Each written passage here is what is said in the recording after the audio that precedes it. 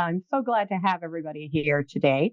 I'm having a little bit of computer internet issues today, so I'm going to go off camera while I'm presenting, but I'll come back on camera at the end to answer any questions that folks have. So you don't have to look at my mug the whole time.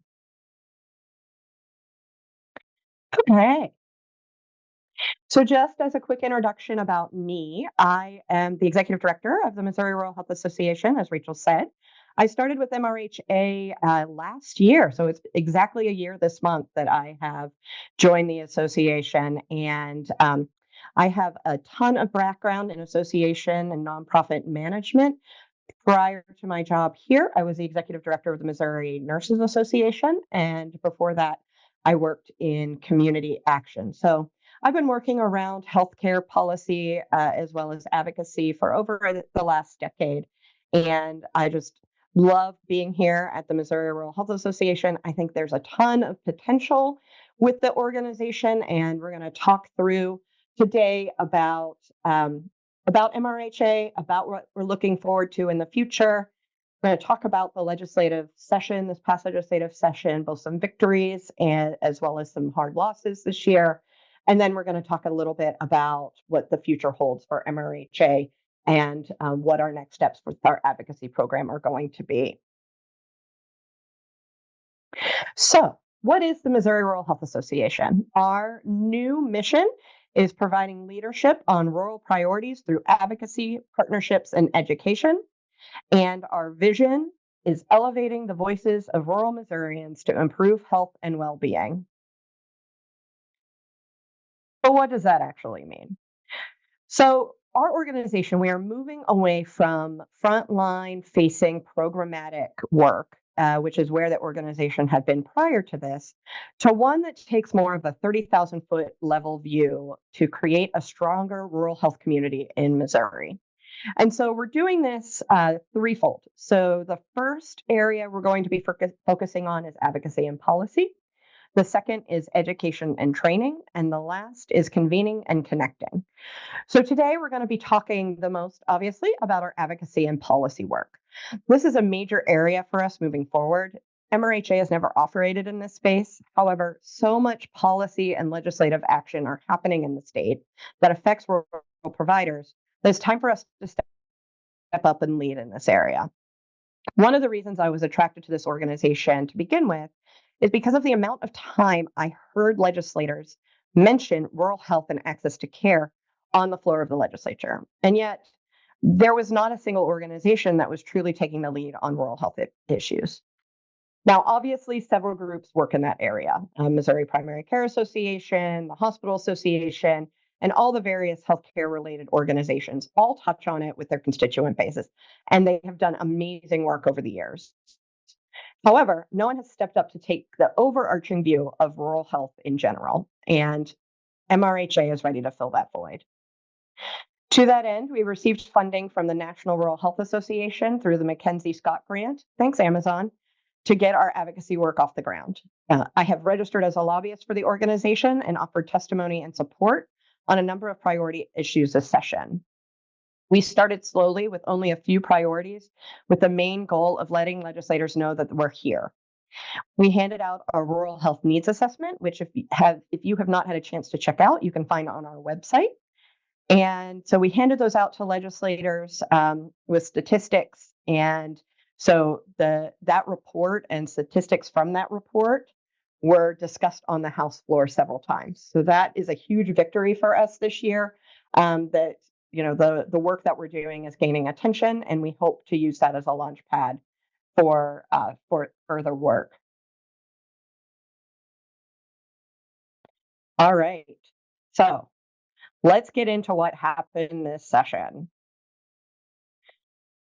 46 bills crossed the finish line and were sent to Governor Parson for consideration this session. This included 18 appropriation acts, or AKA the budget bills, 2 joint resolutions, 15 Senate bills, and 11 House bills. In the end, only 28 non-budget bills found success this year.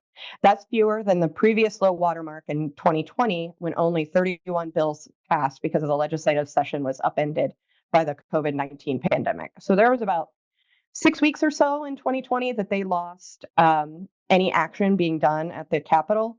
And yet somehow this year, despite having the longest session possible because of the way the date shook out, this has been the lowest number of bills that has ever passed. So, of those bills, the governor has until July 14th to sign. If he doesn't sign, then the bills go into effect automatically. So, what happened? To say it was an underachievement this session would actually be a compliment. Senate Minority Leader John Rizzo, who is from Independence, Missouri, he's a Democrat, said it wasn't a good session or a bad session, but it was definitely a bizarre session. And so, like I mentioned, I've been doing this for well over a decade, but folks we've worked with at the Capitol who've been doing this for 20, 30, 40 years also say that these last couple of years have definitely been crazy. And every year they say, or they think it can't get any worse than that. Well, it really has. There have been a number of things that contributed to this: internal House caucus policies, Senate infighting, and an otherwise slow pace of session combined to bring the General Assembly down to the wire and limit the number of bills to cross the finish line. The legacy of the 2024 legislative session will be a long list of bills that died and the open GOP warfare that killed many of them. The first day of session in January saw a resumption of years of GOP infighting, with the Freedom Caucus holding court for more than an hour to vent frustrations on the chamber's Republican leadership. So that was on the very first day. So that obviously sent a tone of not a cooperative tone to begin the year. And that dynamic played out again and again throughout the session, culminating with a 41-hour filibuster earlier in May, I believe, or end of April, that was a 41-hour filibuster by the Freedom Caucus members. So this was a new record at the time, and that stalled, but did not block a bill renewing the FRA. So, and we'll talk a little bit more about the FRA here shortly, but it is a critical tax central to funding Missouri's Medicaid program.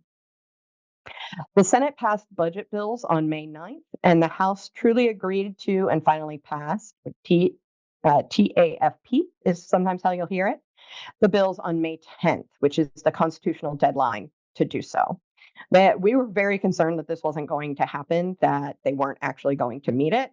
But they did some wrangling, and for the first time ever, senators and representatives did not have time to meet in a conference committee to work out the differences between the chambers. Instead, there were private negotiations that happened between the House and the Senate budget leaders that ensured that the bills passed by the two chambers were identical. This bad blood between the Freedom Caucus and the Republicans loyal to Senate leadership boiled over in the session's final days. Senate Democrats took advantage of the dysfunction by embarking on a 50-hour filibuster. So remember, I just mentioned that there was a previous record at 41 done by the Freedom Caucus. Well, Democrats took the floor and broke that record by a large margin on that 50 hours. And what they were filibustering on was that they were opposing the inclusion of ballot candy to a proposal to change the Citizen Initiative Petition process, or IP, as you'll hear it said. And what ballot candy is it is language that's added to a bill that would entice people to vote for it.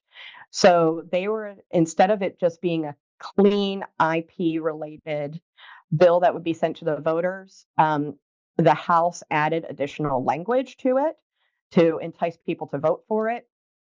And in the Senate, the Democrats said, no way. They had filibustered earlier to try and get that removed. And that's the reason it was sent over. And the clean language was sent over to the House. The House then re-put in the ballot candy into it. And then whenever it was sent back to the Senate, the Democrats then began the filibuster process. So that 50-hour filibuster. So despite holding 24 of the 34 seats in the Senate, Republicans could not muster 18 votes to kill a Democrat filibuster of the legislation. And thanks to that impasse, the initiative petition bill, which was a top GOP priority, died on the session's last day. The temperature was so cold in the Senate that by the last day, the majority floor leader, Cindy O'Loughlin, moved to adjourn sine die before some members had even reached the chamber floor for roll call while the House worked diligently through the morning and early afternoon to strip down omnibus bills and forge ahead with wherever they could. We're really hoping that a long summer election season brings back a return to statesmanship and camaraderie next year. Otherwise, we're just going to see more of the same with not many bills passing. And unfortunately, many good bills did not cross over the finish line this year because of the dysfunction that was happening mainly in the Senate. And feel free to ask any questions at all throughout the presentation. You can throw them in the chat and we'll see them. If not, you can wait until the end of the session to ask them. Okay, so let's talk about some of the legislative priorities. MRHA had several priorities this session, including the aforementioned FRA. Other priorities were around 340B, audio-only telehealth, and annual supply of birth control. And so we're going to start with the good and the ones that passed and go from there. So the FRA, or the Federal Reimbursement Allowance. So Missouri's FRA program directly benefits Missouri's economic and healthcare infrastructure. This highly successful public and private partnership serves as a model of vision, creativity, and cooperation. In 1991, Missouri's healthcare and governmental leaders were facing a significant budgetary challenge. In response, the FRA program began as a voluntary program. It was expanded and enacted into law as a provider tax in 1992. The statute allows the state to charge a provider tax to entities such as hospitals and pharmacies and uses those dollars as general revenue to receive federal matching funds. The FRA program has evolved to maximize federal matching dollars and reduce the burden of Missouri Health Net on state general revenue. The FRA is a major source of revenue for the state, surpassing all but two largest sources of general revenue. And today, it is a major funding stream for Missouri Health Net. This releases traditional general revenue to be used for other state priorities. So this year, Senate Bill 748, sponsored by Senate Appropriations Chair Lincoln Hough, to renew this tax that provided this year it was $4.5 billion in state funds, passed, but not without the lengthy filibuster from the Missouri Freedom Caucus, as I mentioned previously. And many lawmakers bemoan the fact that approving must-pass bills such as this being used as a bargaining chip to negotiate the passage of other bills. So they were saying on the floor, they were trying to hold this up in order to pass other bills. And so it really became a key to what was going on this section. They talked about the FRA nonstop throughout the year. So this was a big deal this session to try and get this passed. And so it did. It did pass. This bill includes a September 30th, 2029 sunset date. So, and that's the longest expiration timeline approved in 17 years since this law was first enacted. So congratulations to Senator Hough for really shepherding this. That was a major achievement on his part to be able to navigate all of the party infighting and work it through the House and the Senate to be able to get it done. The next bill I want to talk about is the 340B drug pricing program. So Senate Bill 751, this was Justin Brown, who is a Republican from Rolla, modifies distribution of the federal 340B drug pricing program. The program was created in 1992 and aimed at enabling certain safety net providers, known as covered entities, to stretch scarce federal resources to reach more eligible patients to provide more comprehensive services. To receive reimbursement through the Medicaid Drug Rebate Program, or MDRP, drug manufacturers are required to participate in 340B, which provides discounts on outpatient drugs purchased by eligible covered entities who treat high percentages of uninsured or underinsured or low-income patients. One of the reasons the feds tied the mandatory participation in 340B to those drug companies participating in the Medicaid and Medicare program is because many years ago, pharma passed a law prohibiting state Medicaid programs from implementing a formulary. And pharma continues to advocate for the law requiring Medicaid to purchase every drug they make, but starting in 2020, began implementing onerous restrictions on patients' access to pharmacies that dispense 340B medications. So, what's the problem? Since 2020, drug manufacturers have restricted access to vital drugs that treat respiratory conditions, diabetes, heart disease, HIV, and many more. 340B provides contract with pharmacies in their communities to increase patient access to affordable medications without creating additional barriers for vulnerable patients. Contract pharmacies serve as an extension of these covered entities, allowing them to partner with local pharmacies, mail order pharmacies, and specialty pharmacies to extend patient access to affordable medications.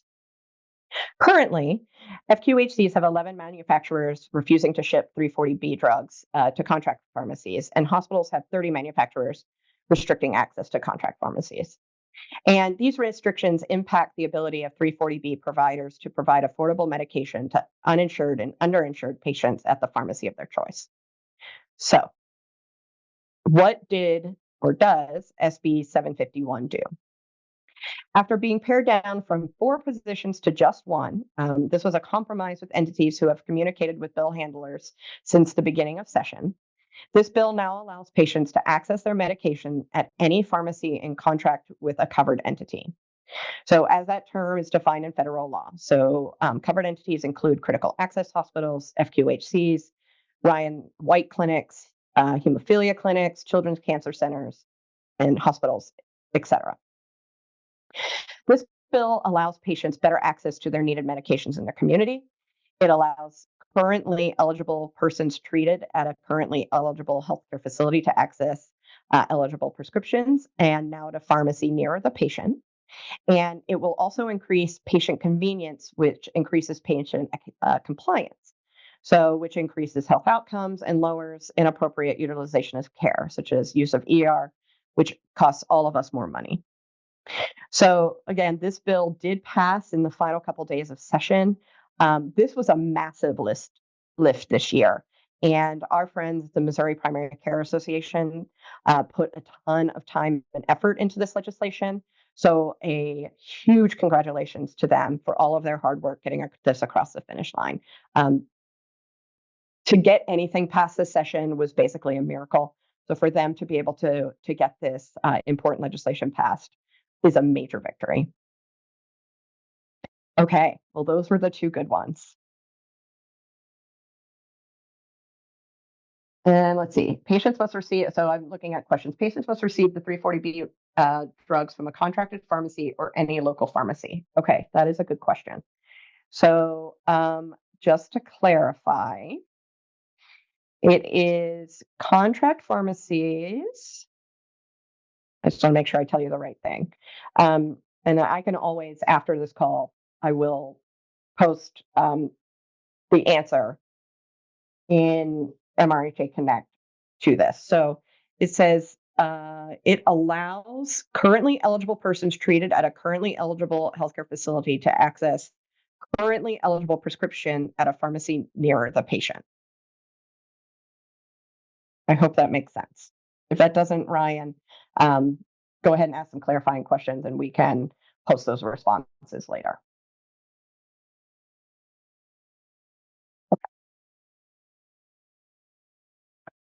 The bills that did not fare so well that we supported this year, audio-only telehealth. So this bill was really straightforward. It adjusts the definition of telehealth services to include audio, visual, and audio-only technologies. The continued availability and reimbursement of audio-only telehealth is no longer guaranteed by private insurance after the pandemic state of emergency, and this bill would have changed that. At this point, nearly half of all states have now authorized audio-only telehealth. So, audio only telehealth is an important tool to reach patients in our rural communities. While video telehealth can significantly expand access to healthcare, certain populations may have difficulty accessing or be unable to access technologies used for video telehealth because of various factors, including financial resources, disability, technology education challenges, internet access, availability of sufficient broadband, cell coverage in geographic area. And as somebody who has definitely helped their elderly mother with technology, I can very much see how this would be a use to them. She lives in a very rural community. Internet is not always the best. So being able to have audio only telehealth is a huge win for folks. Audio only telehealth, especially using technologies that do not require broadband availability, can address the needs of some of these individuals.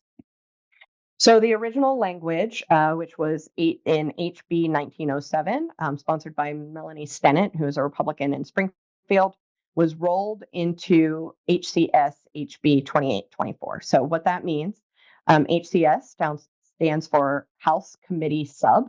So if you see one, sometimes it has an S in front of it. If it was SCS, that would be Senate Committee Sub. But this change was made in the House. So House Committee Sub of House Bill 2824. And so that was sponsored by Representative Mike Stevens out of his Health and Mental Health Policy Committee. This healthcare omnibus includes the audio only telehealth language, creates policies requiring an allergy response protocol for childcare facilities, and created a dialectical therapy task force, among other things. So this bill did pass out of committee, but it never came up for a vote in the floor of the House. And so this died before it got to the debate portion on the House. So most likely this will come up again next session. There's a lot of good partners on this legislation, including the medical societies are supportive of this legislation. Behavioral health as well. It's a major tool for our behavioral health providers to be able to offer audio only telehealth services.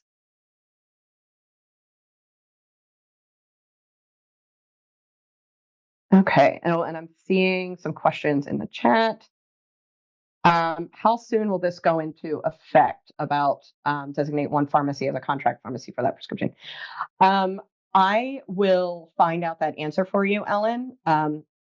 So all legislation that's passed goes into effect at the end of August. Now, I'm not sure if there is a particular date where this rollout is happening, but I will clarify and I'll find the answer to that question and we'll add it into the chat. Or I'm sorry, not the chat, the MRHA Connect after the call.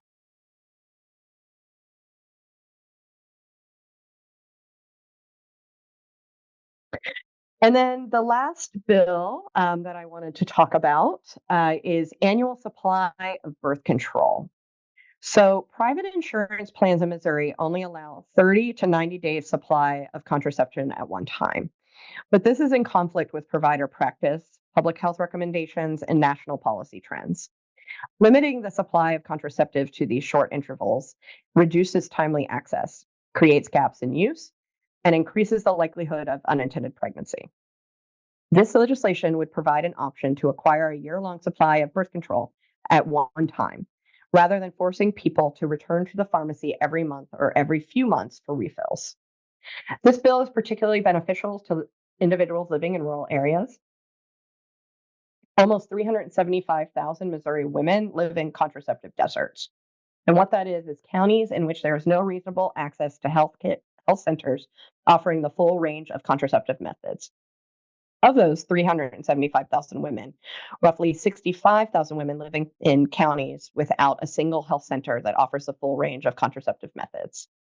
These women might face additional transportation costs, childcare costs, and unpaid time off of work because of the long distances they need to travel to access care or to pick up their prescriptions for birth control. In the House committee, the bill was rolled into HB 2413.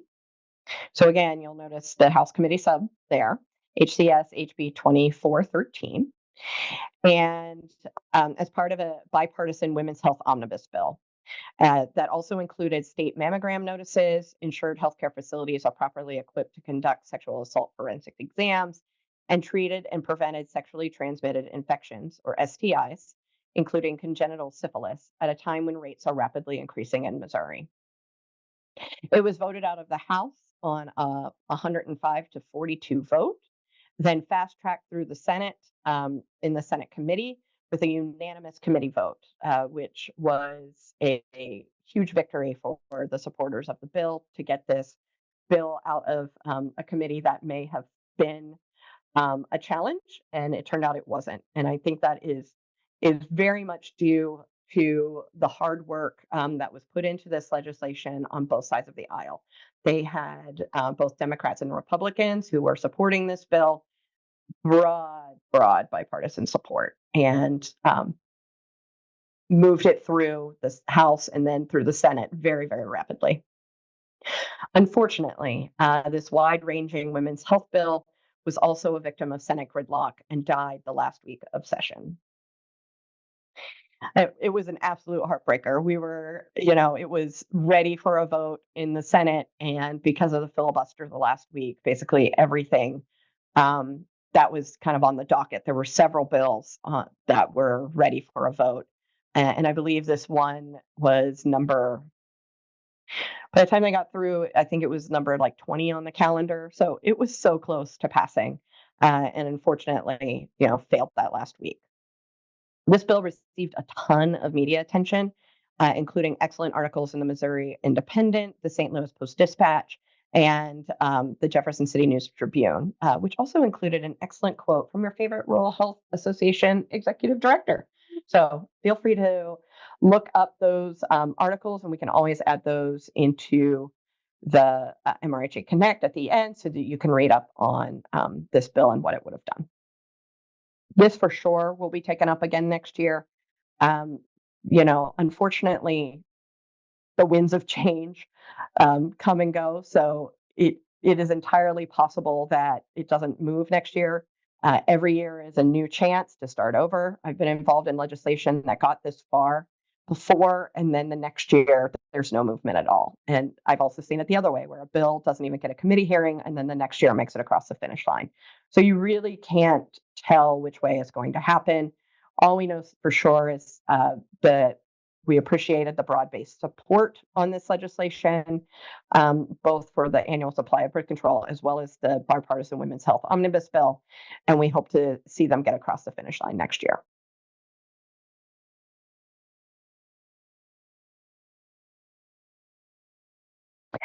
So there was a question about the telehealth bill did not make it to the floor due to dysfunction this session. I would say partially yes. There was a ton of bills. So the House was really far more functional than the Senate. They kept chugging along, and they were doing their job and passing bills. And so there was a ton of bills that made it out of the House this year. So it just didn't have enough momentum behind it, I think, this year to really get that done. Um, Hopefully, this was one of the first years that they were really bringing it forward and a coalition was being formed around it.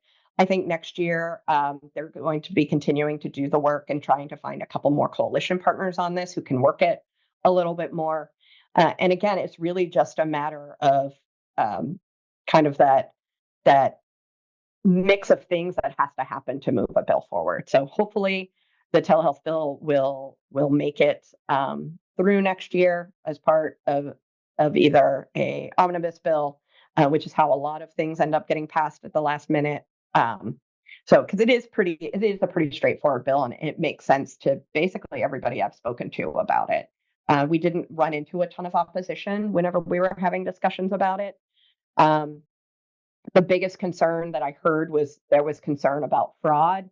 If somebody was on the phone, that wasn't who they said they were. But things like prescribing of narcotics or anything like that, there has to be a in-person component to that. So that kind of gets rid of a little bit of those fears. But audio only telehealth, again, in at least about half of the states in the country right now, it's proven it works. It worked in Missouri during the crisis. So we're really hoping that next year we can get it across the finish line.